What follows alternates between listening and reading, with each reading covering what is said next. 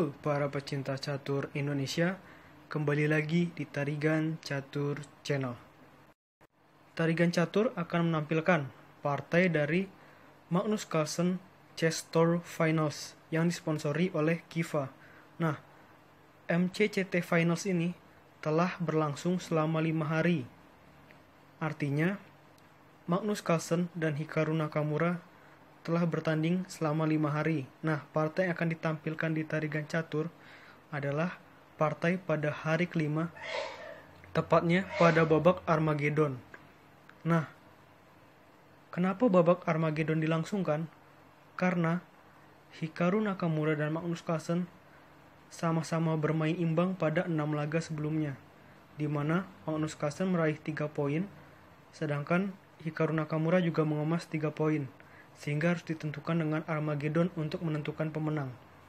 Nah, karena fungsinya Armageddon ini untuk menentukan pemenang, maka dari itu harus ada aturan khusus bagaimana caranya menentukan kemenangan walaupun misalnya hasil dari laga tersebut berlangsung imbang atau remis.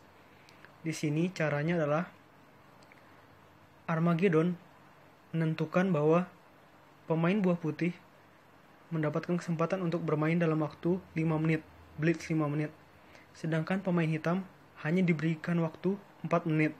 Nah, walaupun hitam secara tidak langsung dirugikan, namun di sini hitam mendapat keuntungan dengan apabila pertandingan berakhir remis, maka hitam yang dinyatakan sebagai pemenang. Nah, jadi di sini ada keuntungan masing-masing ya yang didapat oleh putih maupun yang hitam. Oke, tanpa berlama-lama, langsung saja kita masuk ke pertandingannya. Antara Magnus Carlsen versus Hikaru Nakamura. Di sini Hikaru Nakamura menggunakan catur buah hitam, sedangkan Magnus Carlsen menggunakan catur buah putih. Karena yang memenangkan pertandingan adalah Nakamura, sehingga buah disusun seperti yang tertampak pada layar berikut ini. Oke. Magnus Carlsen memulai pertandingan dengan pion D4 atau pembukaan pion depan menteri, lalu kuda F6. Di sini dilakukan oleh Hikaru Nakamura pembukaan Indian Game jadinya setelah kuda F6.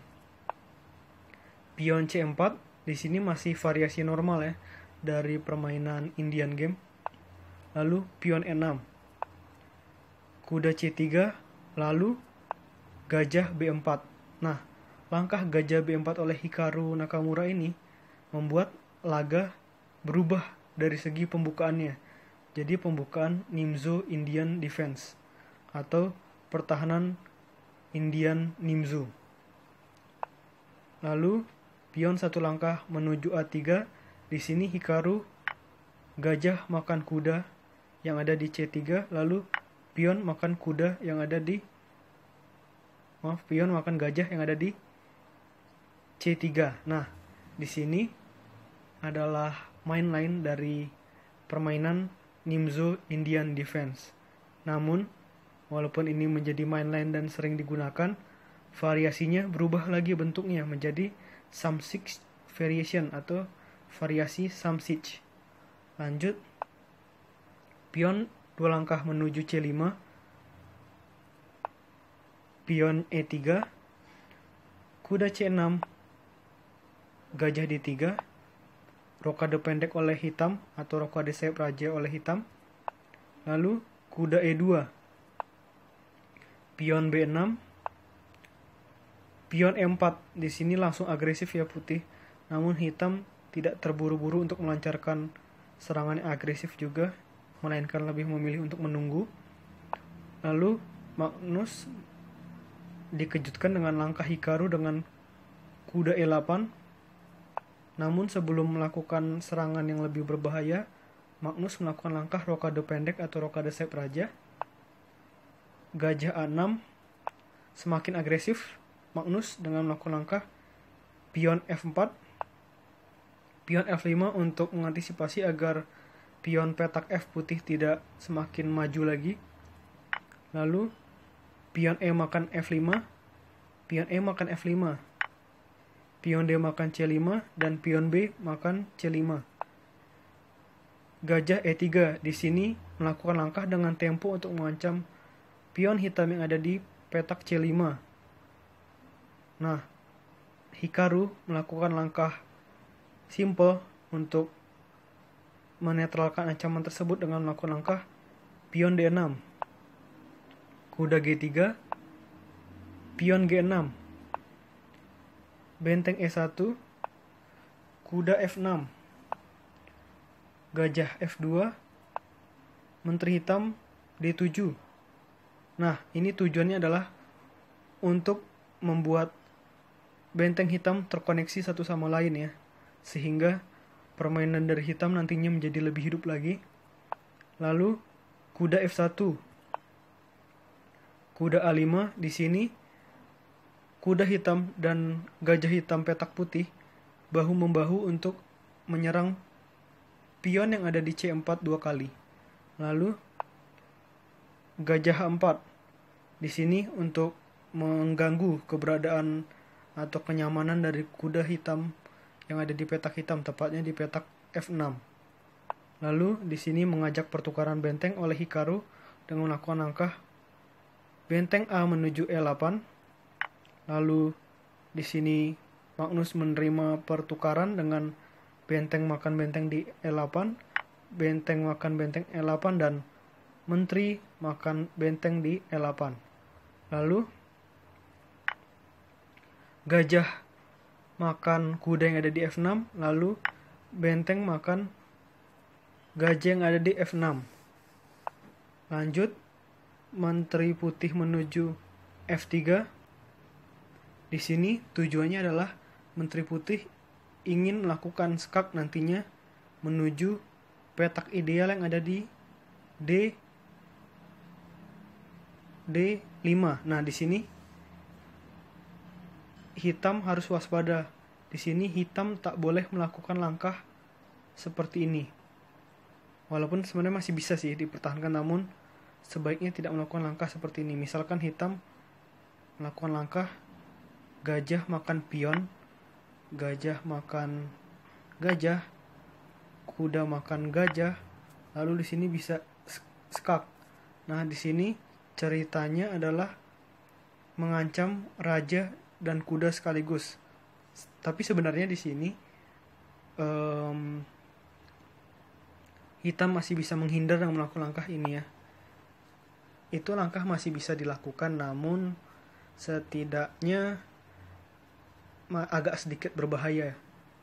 Oke, kita kembali ke langkah aslinya. Di sini Hikaru lebih memilih langkah benteng E6, benteng B1. Lanjutlah langsung gajah makan pion yang ada di C4, gajah makan gajah yang ada di C4, kuda makan gajah yang ada di C4, pion A4,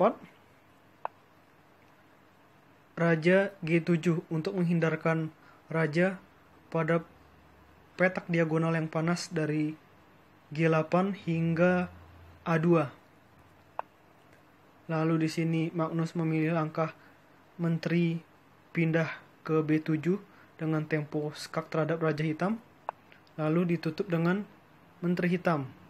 Lalu di sini menteri putih melakukan langkah menteri menuju A6 sekaligus untuk mengincar kuda yang sedang tak dijaga pada petak C4. Di sini langkah cukup sederhana dari Hikaru dengan tidak memindahkan kuda, namun lebih memilih benteng menuju E7. Jadi membuat perlindungan antara menteri sama kuda hitam jadi terkoneksi satu sama lain ya. Lalu benteng menuju B8. Di sini langkah dari Magnus juga cukup berbahaya ya, jika tidak mampu dinetralisir oleh Hikaru. Di sini Hikaru melakukan langkah Raja H6. Ini langkah yang sudah sepatutnya dilakukan agar putih tak lagi menemukan cara untuk menyerang Raja Hitam. Lalu pion satu langkah ke H3, Menteri hitam menuju E6 di sini tetap mempertahankan posisinya pada petak diagonal G8 hingga A2 agar tetap terus menjaga kuda hitam. Lalu benteng A8. Di sini Hikaru melakukan langkah pengorbanan kuda D2. Di sini berbahaya sekali bagi Magnus jika Magnus langsung terburu-buru untuk memakan kuda yang dianggap gratis ini. Karena seandainya memakan, maka hitam dapat merespon dengan menteri menuju ke E3 skak, raja pindah ke manapun, dapat dilakukan langkah simpel oleh hitam untuk mengembalikan kedudukan buah dengan melakukan langkah menteri hitam makan kuda yang ada di D2. Oke, kembali. Jadi langkah itu sebaiknya tak usah atau tak perlu dilakukan oleh Magnus, apalagi jika menteri hitam sudah berada pada pertahanan sayap raja putih, akan sangat lebih berbahaya bagi putih nantinya. Oke. Di sini langkah dari Magnus adalah benteng D8. Lalu di sini langsung saja Hikaru memakan kuda yang ada di petak F1 dan Magnus memakannya dengan menteri putih. Lalu di sini menteri hitam bergerak skak menuju E3 untuk skak terhadap raja putih. Raja putih pindah ke H2. Namun di sini menurut tarigan catur ini juga langkah lemah karena Hikaru dapat melakukan langkah benteng menuju E4. Tak ada lagi cara yang bisa dilakukan oleh putih untuk melindungi pion lemah yang ada di F4 karena hitam sudah secara bahu-membahu menteri dan bentengnya menyerang pion yang ada di F4 dua kali, sedangkan pengawalnya hanya satu dari putih, yaitu menteri yang ada di F1. Terpaksa di sini Magnus lebih memilih benteng makan pion gratis yang ada di D6.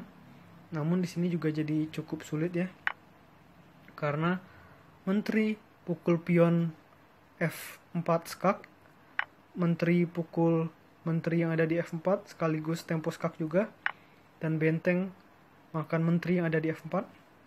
Lanjut kita lihat di sini pertarungan babak akhir yang sangat seru dari Hikaru dan dari Magnus Carlsen. Pion menuju A5, benteng C4. Di sini sama-sama mengincar keunggulan pion ya. Benteng A6, benteng makan pion C3, benteng makan pion A7, benteng A3, raja G1, pion C4. Di sini hitam berinisiatif untuk promosi buahnya. Lalu raja F2 untuk mendekatkan diri kepada pion hitam yang ada di petak C4 tepatnya. Lalu benteng A2 skak, raja E3. Di sini hitam langsung memutuskan benteng makan pion di G2. Raja D4, benteng H2 untuk kembali memakan pion dari putih. Lalu di sini putih justru memilih langkah pion menuju A6. Oleh karena itu, hitam melakukan langkah benteng makan pion H3, raja makan pion C4, benteng H1, benteng D7. Tujuannya adalah agar putih dapat melakukan promosi nantinya. Lalu benteng menuju A1 dan raja menuju B5. Raja G5 juga untuk membuat pion-pion dari hitam cepat promosi, dan putih melakukan langkah yang luar biasa dengan melakukan langkah benteng menuju D4. Tujuannya adalah nanti untuk menutup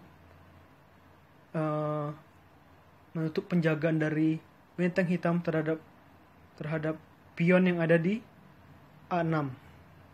Hitam melakukan langkah pion F4. Di sini sama-sama saling kejar-kejaran untuk promosi menjadi menteri. Benteng A4.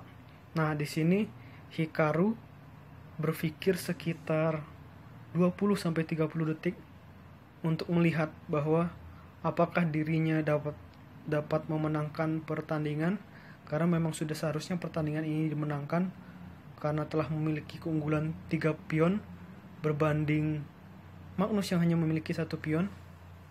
Oleh karena itu, Hikaru langsung mengambil kesempatan dengan makan benteng yang ada di A4. Raja makan benteng, lalu pion F3, pion A7, pion F2, pion putih menjadi menteri, promosi menjadi menteri, dan pion hitam promosi menjadi menteri. Ini sangat luar biasa ya, perhitungan dari kedua Grandmaster yang mungkin saja merupakan Grandmaster terkuat dunia saat ini. Mereka berdua, Magnus Carlsen dan Hikaru Nakamura. Lalu menteri putih D5 skak, hitam, kepencet.